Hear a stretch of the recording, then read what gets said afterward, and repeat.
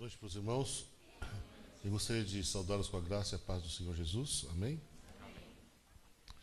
E, como o irmão Luzilei falou, nós estamos iniciando nesta noite uma série de 12 encontros que ocorrerão nesta igreja nos próximos domingos, nos próximos 3 meses. E nós vamos estudar capítulo a capítulo do livro do profeta Daniel. E fica no ar. Por que um livro escrito 600 anos antes de Cristo teria alguma coisa importante para falar para a mente do homem do século 21?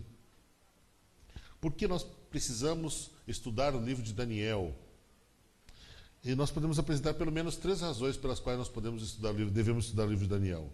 Primeiramente, como qualquer outro livro da Bíblia deve ser estudado, pela mesma razão, ele é um livro inspirado por Deus. O apóstolo Paulo falou em 2 Timóteo capítulo 3, versículo 16, que toda a escritura é inspirada por Deus e é proveitosa. Proveitosa para quê? Para redarguir, para corrigir, para instruir em justiça, equipar todo homem para toda boa obra. Então, a palavra ela foi uma dádiva, um presente de Deus para o homem, e Deus preparou ela, da mesma forma que preparou Jesus para vir ao mundo, morrer por nós, para nos abençoar. A palavra de Deus também ela foi gestada no coração de Deus para abençoar um homem, para nos abençoar. Por isso nós temos que estudar o livro de Daniel como estudamos qualquer outro livro da Bíblia. Mas existe uma segunda razão também que nós podemos apresentar porque devemos estudar o livro de Daniel. Porque é especialmente dirigido às pessoas que vivem no tempo, nos últimos dias, nos derradeiros tempos, no tempo derradeiro da história terrestre. Ou seja, exatamente nos nossos dias. Nós vamos ver que o profeta Daniel, ele segue um padrão linear, chamado interpretação linear das profecias. Começa nos dias dele e vão até os dias finais. Então, o foco final da profecia de Daniel são os dias que nós estamos vivendo. Estudar o livro de Daniel é entender por que nós vivemos numa sociedade tão conturbada, uma sociedade tão caótica e com princípios tão corrompidos. Nós vamos entender isso pelo estudo do profeta Daniel. Vamos entender nossos dias através da mensagem do profeta Daniel. E uma terceira razão, porque ele proporciona esperança e otimismo nesses tempos de crise sucessivas, de violência, agressividades inusitadas, e de confusão de valores e crenças. Por quê? O livro de Daniel ele tem uma parte histórica, e hoje nós vamos estudar uma parte dessa história, e essa parte ela conforta, porque mostra jovens, como qualquer jovem dos nossos dias, enfrentando tentações, provações e saindo vitoriosos. E nós podemos aprender com essa juventude, com esses rapazes que aparecem no livro de Daniel, com esses homens que aparecem no livro de Daniel, a como sermos vitoriosos também. Nós vivemos hoje um tempo em que você liga a televisão, você acessa a internet, você ouve o rádio e você é recheado, é bombardeado com más notícias. Isso cria até um estado de desânimo, porque parece que o mundo está desgovernado e o mundo está sem rumo. Mas o profeta Daniel, a mensagem do livro do profeta Daniel mostra exatamente isso, que o mundo não está descontrolado, não está desgovernado, não existe essa coisa de que o mundo está à deriva. Deus está por trás de todo esse cenário caótico. Ele está dirigindo os eventos, ele não abriu mão do controle do mundo. Ele é soberano sobre as decisões deste mundo. E além disso, nós vemos que o profeta Daniel aponta para os dias em que todo esse caos social, toda essa agitação, todas essas dificuldades vão desaparecer completamente. Nós vamos encontrar um mundo de paz. Então, longe de ser uma mensagem de desesperança, o livro do profeta Daniel é uma mensagem de esperança e de conforto. E é exatamente isso que nós vamos aprender à medida que formos estudando este livro. Como nós falamos, esse livro ele pode ser dividido em 2 partes, certo? Uma parte profética e outra parte histórica. Ele é composto de 12 capítulos, sendo que o capítulo 1, capítulo 3, capítulo 4, 5 e 6 são históricos. Contam a vida e as aventuras deste jovem na corte babilônica. E o capítulo 2 também é histórico, mas tem um aspecto profético. E o capítulo 6, o capítulo 7, 8, 9, 10, 11, 12, que é a segunda parte do livro, é totalmente profético. Certo? Então, ao longo dos nossos estudos, a cada noite nós vamos estudar um capítulo desse livro, a cada domingo. Nós vamos aprender com a profecia e com a história. Lições muito importantes para a nossa vida. O livro do profeta Daniel ele faz parte de um bojo maior, que são conhecidos como escritos proféticos. 1/3 do Antigo Testamento é profecia. E por que Deus deu tanta atenção, deu tanto espaço na sua palavra para a profecia? Primeiro, acreditamos que é para preparar o povo de Deus para os eventos futuros. Vamos ler 1 Tessalonicenses, capítulo 5, versículo 3. 1 Tessalonicenses, capítulo 5.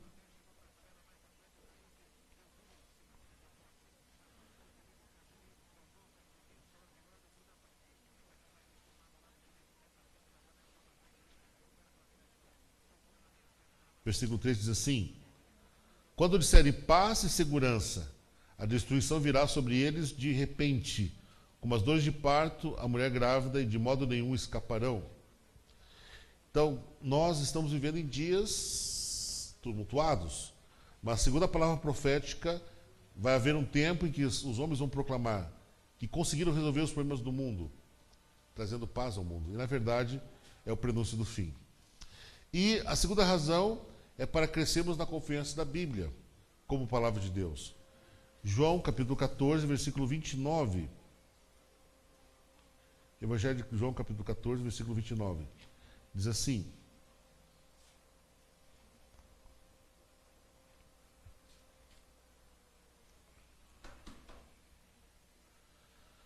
isto eu lhes digo agora, antes que aconteça, para que quando acontecer, vocês creiam. A profecia tem esse caráter, ela não é especulativa. Nós estamos mal acostumados com a palavra profecia. Quando chega no final do ano, os meios de comunicação, os programas de entretenimento, os programas de variedade costumam convidar astrólogos, cartomantes, videntes, né, profetas, para falar do futuro. Falar o que vai acontecer nesse ano, no ano que vem. Então, o Brasil vai ganhar uma Copa do Mundo, quem vai ganhar a eleição, se vai acontecer algum desastre. Então, nós estamos acostumados a ver a profecia apenas como uma especulação com respeito à curiosidade daquilo que acontece no dia a dia. E é muito perigoso quando nós lemos a profecia com esse olhar, porque nós queremos, às vezes, ver eventos dos nossos dias na palavra profética. Então, a gente interpreta a profecia à luz do que está acontecendo nos nossos dias. E isso não é correto. A profecia, ela tem uma visão mais ampla. Está envolvida na profecia a questão do grande conflito entre o bem e o mal. E a profecia, ela foi dada para mostrar que no final, Deus vai vencer sobre todo o mal. E que o mal vai ser erradicado do mundo. E quando nós vemos que o profeta Daniel, que viveu 600 anos antes de Cristo, o 6º século antes de Cristo, ele previu o surgimento, a ascensão e queda de nações com uma precisão assim, precisão de historiador mesmo, nós podemos ter certeza que aquela palavra, ela é fiel. E se cumpriu, como nós vamos ver no próximo domingo, Daniel 2 fala sobre a estátua, nós vamos ver que cada reino se sucedeu na sua ordem que a profecia havia previsto. E no final aparece o reino de Deus.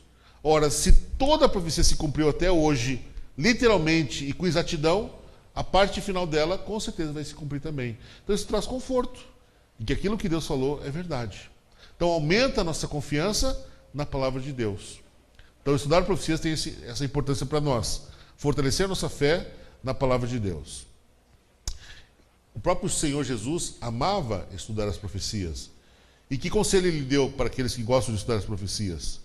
Quando ele estava falando aos seus seguidores sobre os eventos que marcariam sua volta. E, primeiramente, ele falou da destruição de Jerusalém, depois da sua segunda vinda. Ele fez referência ao profeta Daniel com essas palavras: quando, pois, virdes o abominável da desolação, de que falou o profeta Daniel no lugar santo, quem lê, entenda. Veja, Jesus conhecia as profecias de Daniel. Ele estudava as profecias de Daniel. E nós também temos que ler e entender do que ele está falando. E essa profecia aqui, que está em Mateus 24, versículo 15, nós vamos estudar quando formos estudar o capítulo 9 de Daniel. E, como nós falamos, as profecias de Daniel elas são lineares. Elas começam no tempo de Daniel, mas elas têm um foco no fim. E ela faz uma descrição panorâmica de todos os eventos que vão conduzir a esse clímax, a esse fim. Então, para que tempo as profecias de Daniel se aplicam? Para que tempo as profecias de Daniel têm especial importância? Para que tempo ela chama a atenção? Qual é a época específica que essa mensagem tem mais importância? No capítulo 12 nós temos o seguinte: Tu, porém, Daniel, encerra as palavras e sela o livro. Até ao tempo do fim, muitos o esquadrinharão e o saber se multiplicará. O profeta diz aqui, Deus diz ao profeta, o anjo diz ao profeta, que ele deveria selar o livro de Daniel. E durante séculos, as pessoas não entenderam as profecias de Daniel. Mas com a chegada do tempo do fim, começou um despertar de interesse pelo estudo do profeta Daniel. E a profecia diz assim que o saber, o conhecimento sobre essa profecia ia se multiplicar exponencialmente, ia aumentar muito.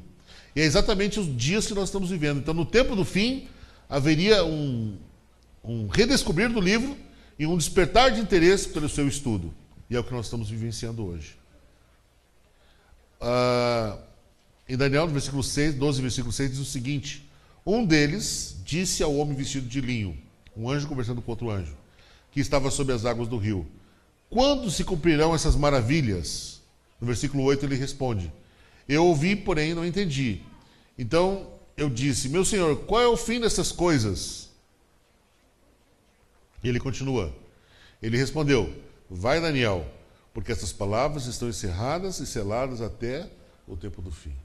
Então nos nossos dias, nós estamos vivendo exatamente no tempo do fim. Os últimos momentos da história deste mundo. É exatamente nesta época, no nosso tempo, é que essas profecias têm especial aplicação. Então essa profecia tem tudo a ver conosco e deve nos ajudar a vencer os eventos que nós vamos enfrentar daqui para frente. E qual é a palavra que aparece ecoando como glorioso refrão nos versos que lemos? No capítulo 12, versículo 4, 6 e 8. Qual é a palavra que se destaca? Esta palavra, a palavra fim. Então, as profecias de Daniel apontam o tempo do fim. Então, apontam os nossos dias. Estamos vivendo os dias finais. Jesus está voltando. Bom, sobre o livro do profeta Daniel, ele começa no capítulo 1, contando quem era Daniel e como ele foi parar em Babilônia. No capítulo 1, versículo 1 do seu livro, ele diz o seguinte: No ano 3º do reinado de Joaquim, rei de Judá, veio Nabucodonosor, rei de Babilônia, a Jerusalém e a sitiou. No ano 614 a.C., Nabopolassar, pai de Nabucodonosor, enfrentou os exércitos assírios e encerrou o domínio da Síria, que já perdurava há quase 200 anos no Oriente Médio. Agora, no lugar da Síria, assumiu o poder Babilônia. E Nabucodonosor era muito jovem nesta época. Mas o seu pai queria treiná-lo, habilitá-lo a se tornar um grande general. Então ele costumava levar o seu filho para acompanhá-lo nas excursões militares. E no ano 607 a.C., Nabopolassar e Nabucodonosor, pai e filho, focam o interesse em Jerusalém. E agora eles conquistam a cidade de Jerusalém.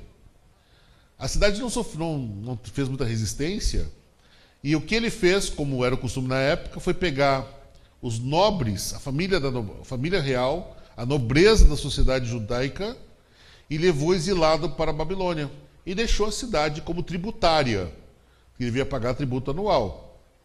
10 anos depois, houve a primeira tentativa de sacudir o jugo babilônico. E Nabucodonosor, agora já como rei de Babilônia, porque seu pai já tinha falecido, volta e depõe o rei e coloca outro rei no lugar. nesta época, eles estavam em conflito com o Egito. E o rei de Jerusalém, o rei de Judá, tinha procurado apoio nos egípcios para tentar expulsar os babilônicos dali. 10 anos se passaram quando houve nova revolta em Jerusalém. E desta vez, no ano 587, Nabucodonosor não teve a mesma paciência que tivera 10 anos antes, 20 anos antes. Agora ele destrói totalmente a cidade, destrói totalmente o templo, leva a nobreza, agora leva a burguesia, a parte rica da sociedade, e deixa só os mais pobres, os mais desprevenidos, os mais desamparados na cidade. A cidade fica em ruínas. E leva agora exilado o resto do povo, a parte mais rica, mais próspera da cidade, leva exilado para a Babilônia. Então foram 3 as investidas. E Daniel foi deportado para a Babilônia na primeira investida, no ano 607.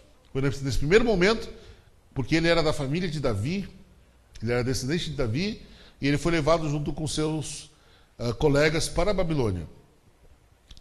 E é interessante, meus irmãos, que ao longo da história bíblica, depois dessa invasão, nós vamos encontrar essas 2 cidades como referência na palavra de Deus. Se nós focarmos, por exemplo, no livro do Apocalipse, nós vamos ver que Jerusalém é tomada como símbolo do reino de Deus, como símbolo da eternidade com dos salvos, como lugar onde os salvos vão passar a eternidade, chamada Nova Jerusalém. E Babilônia representa todos aqueles que rejeitam o amor de Deus e que estão contra Deus. Então essas 2 cidades, elas vão se tornar referência na história bíblica, uma para representar os salvos e outra para representar os perdidos. Uma para representar o povo de Deus e outra para representar aqueles que são inimigos do povo de Deus. Essa figura fica tão forte que mesmo o livro do Apocalipse vai usar essas 2 imagens para falar daqueles que são o povo de Deus e daqueles que não são o povo de Deus. Esse contraste também nós vemos na atitude dos 2 reis, de Joaquim e de Nabucodonosor. Agora nós falamos por que devemos estudar as profecias, falamos por que a importância desse conhecimento, mas nós podemos destacar por que devemos estudar o livro de Daniel. E nós podemos aprender algumas coisas com esse livro. Se Deus é tão bom, por que o errado parece triunfar sobre o certo? Se Deus é amor, por que ele permitiu que Nabucodonosor destruísse o templo, destruísse a cidade e deportasse o seu povo? E eles passaram 70 anos em Babilônia. Por que Deus permitiu, Deus não protegeu o seu povo contra esse ataque? Por que Deus permitiu que Daniel, Azarias, Misael e Ananias passassem por provações? Por que Deus permitiu que eles fossem jogados na fornalha ardente? Por que ele permitiu que Daniel, já em idade avançada, com quase 90 anos, fosse lançado na cova dos leões? Por que ele não livrou do sofrimento? Nós vamos aprender que Deus, às vezes, pode livrar a pessoa do sofrimento, mas muitas vezes ele livra no sofrimento. É a grande lição que nós podemos aprender com o livro do profeta Daniel. Então diz o texto bíblico que nessa primeira investida de Nabucodonosor, quando ele foi até Jerusalém e a cidade foi anexada aos domínios babilônicos, o texto bíblico diz que Nabucodonosor levou os vasos, todas as peças de ouro do templo, ele levou embora. E levou também os jovens, que tinham essas características. Jovens sem nenhum defeito, de boa aparência, instruídos em toda a sabedoria, doutos em ciência, versados no conhecimento, que fossem competentes para assistirem no palácio do rei, e lhes ensinasse a cultura e a língua dos caldeus. Determinou-lhes o rei a ração diária das finas iguarias da mesa real e do vinho que ele bebia, e que assim fossem mantidos por 3 anos, ao cabo dos quais assistiriam diante do rei. Como qualquer governante daquela época, o costume era, quando anexava uma parte do território, de um território estrangeiro, quando conquistava um território novo, o rei escolhia dentro dos nobres os melhores. Mandava para a corte babilônica, lá na Universidade de Babilônia, ele aprendia toda a cultura, toda a ciência, todo o conhecimento babilônico, que eles julgavam importante, para depois esses jovens funcionarem como uma espécie de conselheiro ou mesmo governantes locais. Porque eles entendiam a mente do seu povo, entendiam a cultura do seu povo, e era um instrumento importante para que o rei, para que o império continuasse mantendo seu domínio sobre aquele povo. E por isso Daniel foi separado junto com Misael, Azarias e Ananias para fazerem parte desse curso que duraria 3 anos. E o próprio rei Nabucodonosor era que fazia parte da banca examinadora, e naquela época a prova era oral. Existia a prova escrita, sim, mas uma das fases de avaliação era a prova oral, feita pelo próprio rei. E é interessante que nessa tentativa de fazer eles perderem a identidade cultural, o rei mandou mudar o nome dos 4 jovens. Eles não seriam chamados pelo seu nome de batismo, seu nome de nascimento, nome de família. Eles adotariam nomes babilônicos. Por quê? O nome de Jacó foi mudado para Israel. Quando Jacó, nós sabemos que quer dizer suplantador, foi porque ele nasceu agarrado no calcanhar do seu irmão Esaú. Então aquele que pega no calcanhar é o traidor, né? Então, Jacó é uma palavra forte, significa aquele que trai, aquele que suplanta, aquele que engana. E quando Israel mudou, e Jacó, ele teve essa atitude durante sua vida toda, né? Ele foi realmente, ele enganou seu irmão, enganou seu pai. Mas quando ele mudou de caráter, Deus também mudou ele de nome, disse assim: você não vai se chamar mais Jacó, enganador, você vai se chamar Israel, que é o homem que luta e vence com Deus. E agora Jacó muda de nome. Jacó significa enganador, e seu nome foi mudado para Israel, cujo nome significa lutando com Deus e prevalecendo. No Novo Testamento nós temos outro exemplo de pessoa que mudou de nome também. Saulo, ele tinha esse nome. Saulo vem de Saul, que vem da palavra vermelho em hebraico, ruivo, né? E ele tinha esse nome provavelmente em homenagem ao grande rei Saul. E ele era conhecido como perseguidor. Para apagar esse passado de perseguidor, ele mudou o nome dele para Paulo, que é o nome romano. E ficou conhecido como o apóstolo dos gentios. Então nós entendemos que quando uma pessoa muda de caráter, ela muda também de nome. E a tentativa de mudar o nome nos judeus que estavam em Babilônia foi uma tentativa de apagar o passado religioso deles e a cultura deles. Eles adotaram uma nova cultura. O rei determinou que todos os nomes dos jovens cativos fossem alterados. Então ficou assim: olha, entre aqueles que foram levados para a Babilônia estavam dos filhos de Judá, Daniel, Ananias, Misael e Azarias. Ele lhe deu nomes que correspondem aos deuses pagãos da Babilônia. Por exemplo, o chefe dos eunucos lhe pôs outros nomes, a saber, a Daniel, Beltesazar. Nós sabemos que Daniel significa Deus é meu juiz, ou Deus é quem me defende. Dan é juízo, julgamento. Ni vem do pronome pessoal ani, meu, eu, ani. É uma contração. E El é Deus. Então, Deus é meu juiz, ou Deus é quem me defende. E mudou para Beltesazar, que significa o guarda dos tesouros escondidos de Bel. E nós sabemos que Bel era a principal divindade. Bel é o Marduk, né? Que era a principal divindade da cidade de Babilônia. Era o protetor de Babilônia, da cidade de Babilônia. Então, o texto bíblico diz que o Senhor lhe entregou nas mãos a Joaquim, rei de Judá, alguns dos utensílios da casa de Deus. E esse levou-os à terra de Sinar, para a casa do seu Deus. O seu Deus aqui era Bel, ou Marduk, e o pôs na casa do tesouro do seu Deus. Por isso que o nome Beltesazar significa o guarda dos tesouros escondidos de Bel.